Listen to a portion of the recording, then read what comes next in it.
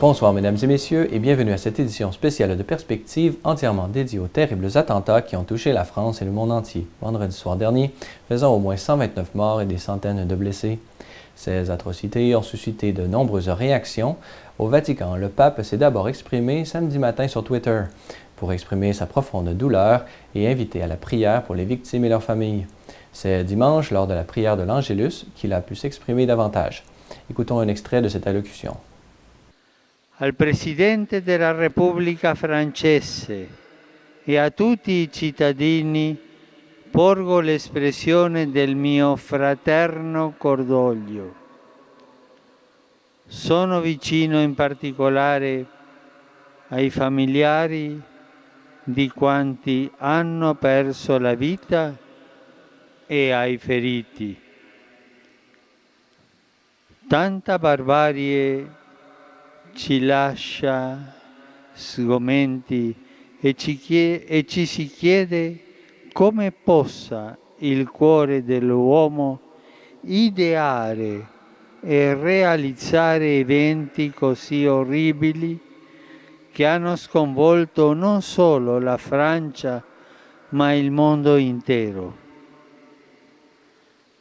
Dinanzi a tali atti non si può non condannare l'inqualificabile affronto alla dignità della persona umana. Voglio riaffermare con vigore che la strada della violenza e dell'odio non risolve i problemi dell'umanità e che utilizzare il nome di Dio per giustificare questa strada è una bestemmia. Hier toujours, le cardinal André XXIII, archevêque de Paris, célébrait une messe à l'intention des victimes, de leurs familles ainsi que pour la France tout entière. C'est dans une cathédrale Notre-Dame de Paris, sous haute surveillance, que des milliers de fidèles, dont plusieurs hommes et femmes politiques, ont pu se réunir pour chercher un réconfort auprès de Dieu. Écoutons un extrait.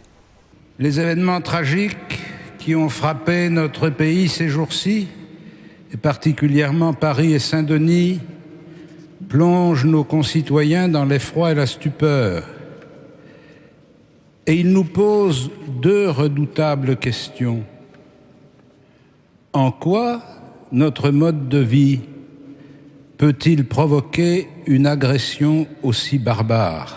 Comment des jeunes formés dans nos écoles et nos cités peuvent-ils connaître une détresse telle que le fantasme du califat et de sa violence morale et sociale puisse représenter un idéal mobilisateur?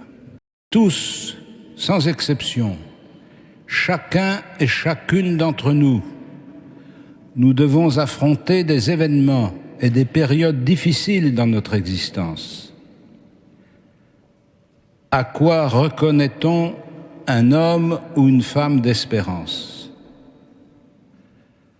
À sa capacité à assumer des épreuves et à combattre contre les forces destructrices dans la confiance et la sérénité. Notez que le texte complet de cette homélie est à votre disposition sur le site internet de Télévision Ciel et Lumière. Des initiatives de soutien et de prière à la France et aux victimes des attentats ont eu lieu hier un peu partout dans le monde. C'est le cas du diocèse de Québec qui a organisé une messe pour l'occasion. C'est donc à l'église Saint-Martyr canadien de Québec que les fidèles du diocèse ont pu se réunir hier matin pour prier pour les victimes et offrir leur soutien à la France. Cette messe avait aussi pour but de faire mémoire des victimes de la tragédie du Mont Aubieu, où des centaines de pèlerins du diocèse de Québec avaient trouvé la mort dans l'écrasement de leur avion lors d'un pèlerinage à Rome en 1950.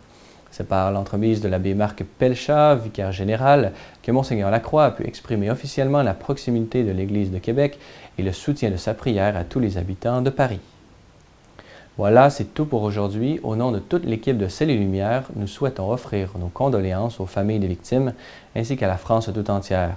Nous leur assurons également le soutien de notre prière. Merci d'avoir été des nôtres. À la prochaine.